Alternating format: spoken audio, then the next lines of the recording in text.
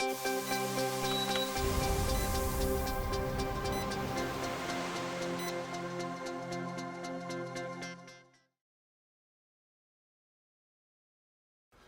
we start by touching automatic test sequence, and then we want to select from this menu the specific gas monitor that we're testing. That will load the right test sequence for that monitor. Touch load and then start. So this screen tells us the calibration gas mixture that's required for this module. Now we're going to enter the asset ID of the device we're testing and operator initials. This disclaimer screen tells us the service manual revision that was used in creating this test sequence. So now we want to check the front of the module to make sure that it says E-CAiOV. This screen tells us that this test sequence assumes that we've already done the yearly preventative maintenance, including replacing O-rings and Nafion tubes and things like that. This is just a functional inspection. So we start by either cleaning or replacing the fan filter right here. This fan filter is clean, and so we'll say clean filter. Now we attach the water trap and check these little ports here that the water trap connects to. They have some O-rings on the back. Make sure that those are not cracked or damaged. Now to perform the sample system leak test, we have to install the water trap back into the module. We'll connect a sample line to the module, and we will connect the other end of the sample line to port A. We need to plug the exhaust gas with the fitting and the reference gas, and then we can press start. The SmartTank will start by pressurizing the module.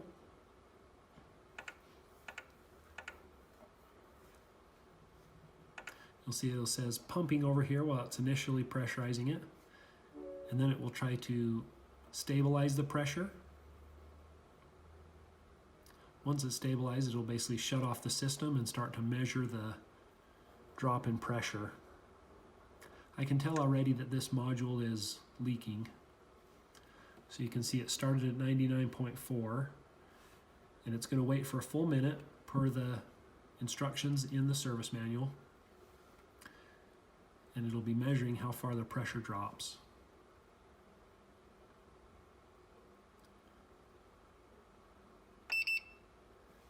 So we can see that the service manual said that it could only drop by 4 millimeters of mercury, and it actually dropped by almost 14, so that's a fail.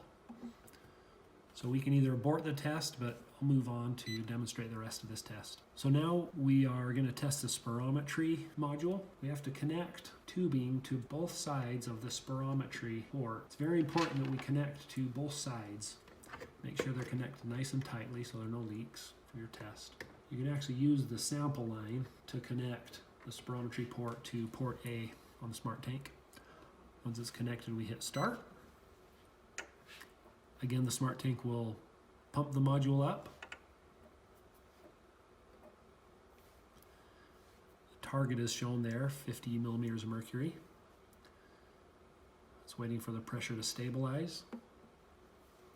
Then we'll see it start its countdown right there. And again, the service manual requires a minute.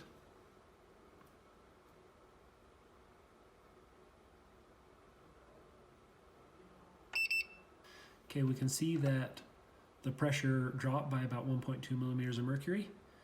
The max drop was 3, so it's a passing result. Okay, so now we need to install the module back into the monitor. We want to remove any plugs or anything that we have connected to it. Connect the sample line back up to the water trap. And then we check to make sure that the fan is running. You can hear the fan running in there. Okay, now this flow measurement and offset is not actually a measurement that we take, but we navigate into the gases service menu. If you're not sure how to do that, touch info. Now we're doing this test with a B6500 monitor. So you'll see it says here, this value is not actually accessible with these monitors. It's only accessible in the S3, S5 monitors. So we just skip this stuff because we don't have any way of reading that parameter on this monitor. Okay, so next we need to enter the ambient pressure value in the gases service menu. If we're not sure how to do that, just touch info, and this describes how to get in there. Okay, so we touch monitor setup and service calibrations, and then we've got to type in the username and password. Default username is biomed, and the password is capital change space capital me. Okay, now we touch gases, and this brings us into the screen that's used for calibrating and testing. Okay, so you can see that the ambient pressure is read by the module is 680 millimeters of mercury, and the expected value is 679.4 plus or minus 2. So you can see plus or minus 20, plus or minus 20, not plus or minus 2. So we enter the value, and of course they are very close to each other, so that's a pass. So next we're going to measure the sample flow rate. We connect the sample line from the water trap to port A of the SmartTank, and then press start. Okay, so it could fall between 180 and 220. The actual measured value was 207, so that's a passing result. Now we need to make sure that the sample flow rate as measured on the monitor does not drop by more than 20 milliliters of mercury when we turn it on. So we touch on, we watch this value and make sure it doesn't drop. Didn't really change at all. So we can turn it back off. And that's a pass. Now we're going to measure the reference flow. So we disconnect the sample line from the SmartTank, leave the sample line connected to the water trap, and we'll connect the reference gas outlet port using the little tube provided with the SmartTank and whatever fittings are required to connect the reference gas outlet to port A on the SmartTank. And we press start.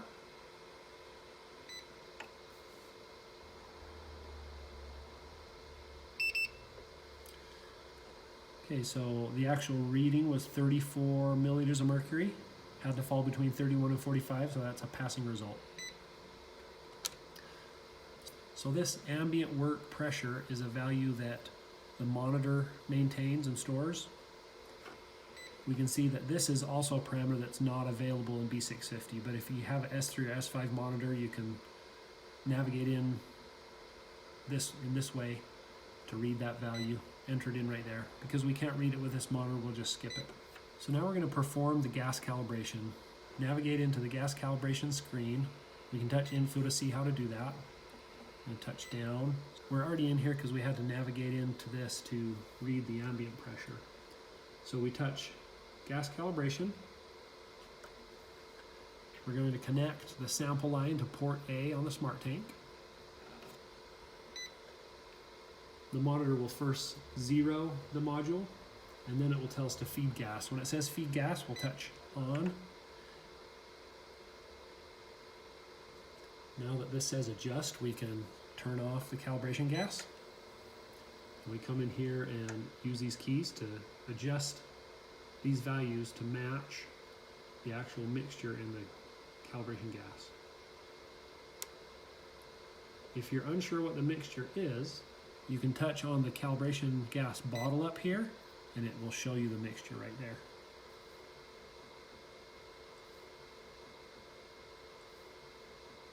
Then we touch accept. It says calibration okay, so that calibration is complete. Okay, so we're going to say that calibration was pass. And we'll turn calibration gas back on. We're going to watch over here where it says AA, stands for anesthetic agent. Make sure that it shows desflurane, which is the gas in this mixture. See, so there it is, DES for desflurane. So that is a pass. Okay, now we're going to touch previous menu to get back to the main calibration screen. We're going to look at this IBU value right here. This is basically a measure of the quality of the gas identification. Should be something less than 70. It's reading about 23, so we'll enter that here. It's a passing result. And we touch next. So now we're going to check and make sure with the calibration gas running that these values are reading approximately what the gas mixture says. And then we're going to test the zero valve by touching zero valve on and watch to make sure that these drop to basically 0 for CO2, N2O, and anesthetic agent, and about room oxygen, which is 21. So that looks like the valve's working. You can touch it again to turn it back off. That's a passing value. Now we're going to perform the fall time measurement. With the gas running, we just press start. It's telling us to feed gas. SmartTank's feeding gas already. When it says ready, we can turn the calibration gas off. And it's calculated the fall time. So we hit next, and this allows us to enter that. So CO2 was 210. That's a pass. Oxygen was 270. That's a pass. And the delay was 370, the CO2-O2 delay. And that's a passing result also. So next we're going to test the spirometry by connecting a spirometer sensor. And then we just breathe into the wide end of the spirometry sensor, make sure that we see the waveform go up and down. Should move down when we breathe in and up when we breathe out.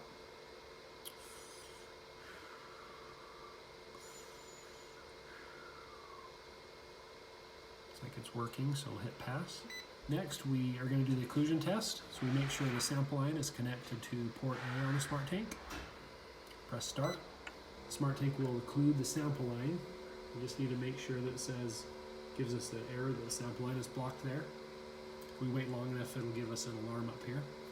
So we can say yes right there. That's a pass.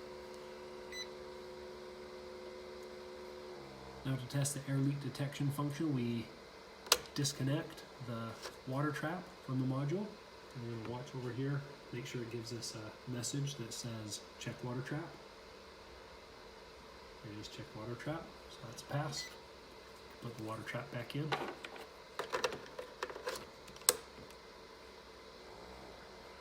Now we're going to do an apnea test. We press start and the SmartTank will simulate breathing. It'll ask us if the gas monitor is stabilized. It just wants to make sure that it's actually has a waveform here. And this monitor is zeroing, so we'll have to wait for it to finish that.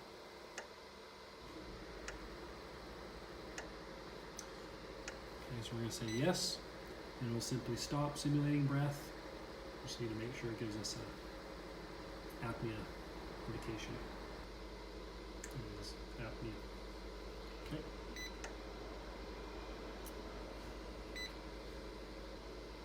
Okay, so the overall result is a fail because this module, as you remember, was the sample system was leaking. So we can go back and see repeat any steps from before, or if we hit next, it will generate a test report. In the test report, we can scroll up and down through it and see all the tests and the results. When we hit next, it goes, or hit done, it goes out to the main screen. We can touch last report or all reports to view any test reports that are saved in the system.